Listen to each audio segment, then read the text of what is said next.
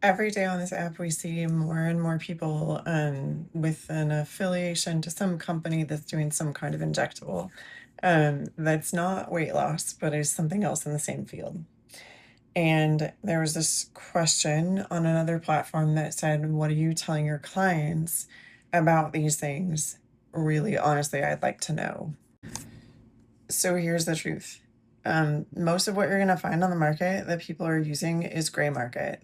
What does gray market means? It means that a lot of the places that people are purchasing independently from, there's no medical provider on staff. There may be a research team, and there's no one overseeing that. And some of these are coming from other countries where we've seen some other products out of those countries that aren't so clean. And so you are taking a risk with those. What you want to look for, a US manufactured item where they also give you the certificate of authenticity. Now, the certificate of authenticity is a better guarantee than some of the things out there, but it's not still going to be perfect because these are all research grade, not medication grade. However, research grade is what they start with during medical research. People are asking how I feel about retatrutide. If you're taking retatrutide already, it's gray market, period, because it hasn't been released into the market other than on the gray market.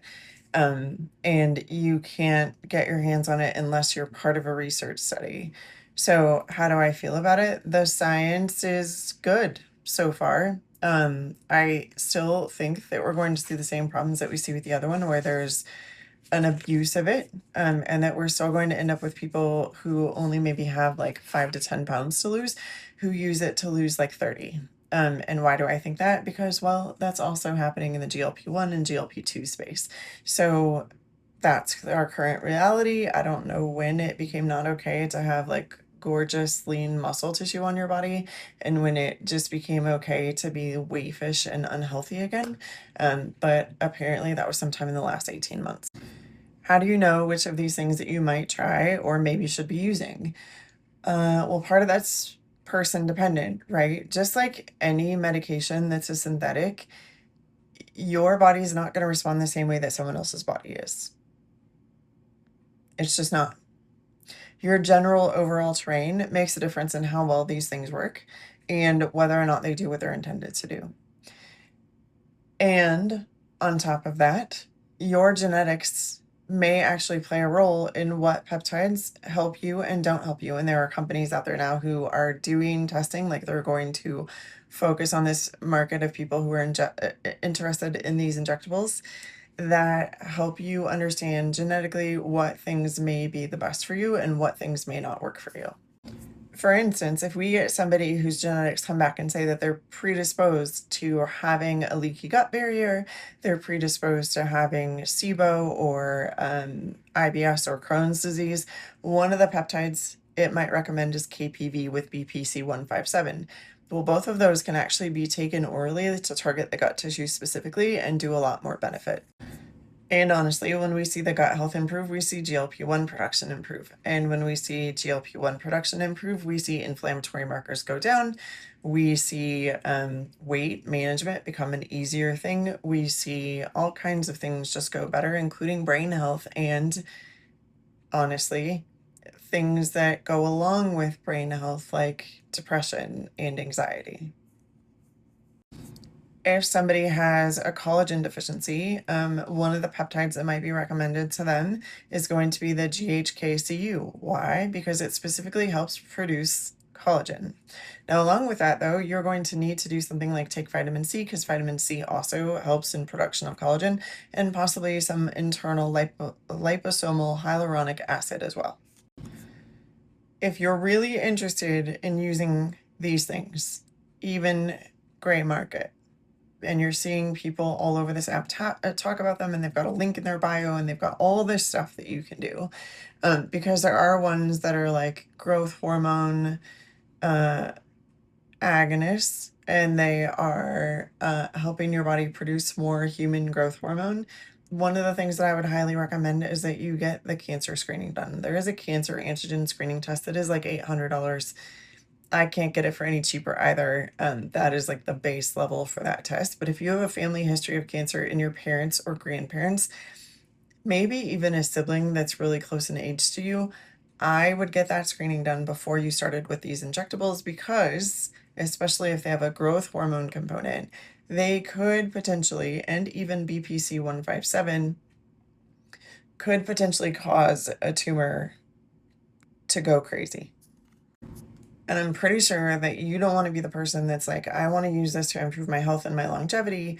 And I want to be the person who's like, yes, anti-aging, and then ends up with something going wrong because you had something going on already and it just hadn't been discovered yet and it got missed. In December of 2025, I finished up some coursework that I started last March regarding all of these things, because specifically people in the MCAS community were talking about them, people in the Lyme community were talking about them, and people in the anti-aging space were talking about them, and I thought it would be best if I took a class and could offer good education around them, but also that it's not medical advice, right? It is, here's the education, the parts and pieces that you need to know to keep yourself safe. And if you still choose to do this, realize that you're doing it basically against medical advice, even though you might be able to get someone to, quote, prescribe them because they're doing it in an online pharmacy, because technically they're all still gray market. And again, I'm not saying that you shouldn't use them, and I'm not saying that you shouldn't have access to them.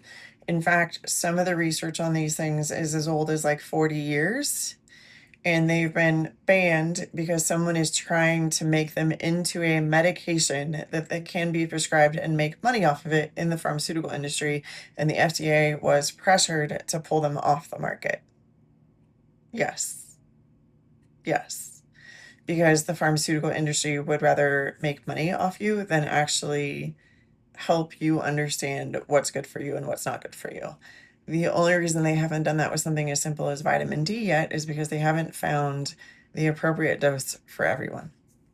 But my guess is the second they can say, based on this weight and this height, and we want you to be here, or we actually want your immune system to be working, and we know to get there based on the data that came out of 2020, 2021, 2022, we need your vitamin D to be between 70 and 85. Until a pharmaceutical company patents a vitamin, it'll still be on the market and available for you to buy. But because they can't really patent vitamin D, because you can get it from things like mushrooms and pumpkin seeds and other things that you could pick up out of your garden, until they deplete that too. Vitamin D would also be on this list of things that got pulled off the market from the FDA. And there are providers who are medically licensed who have been using these things in their practice for 30 years that then had to back off some of their favorites because they were pulled from the FDA. And if they wanted to maintain their licensure, they were no longer allowed to use them in their clinics. And it was very frustrating for them. If you want more information on all of these things, I would highly recommend that you follow Dr. Tina Moore. It's Tyna Moore. She has a podcast. She goes into great detail on all of these things. And no, she's not taking clients anymore. But if you're interested in what she has to say and how she was using them in her practice prior to them being removed by the FDA as substances that were okay to use at a basically supplement level, go check out her podcast.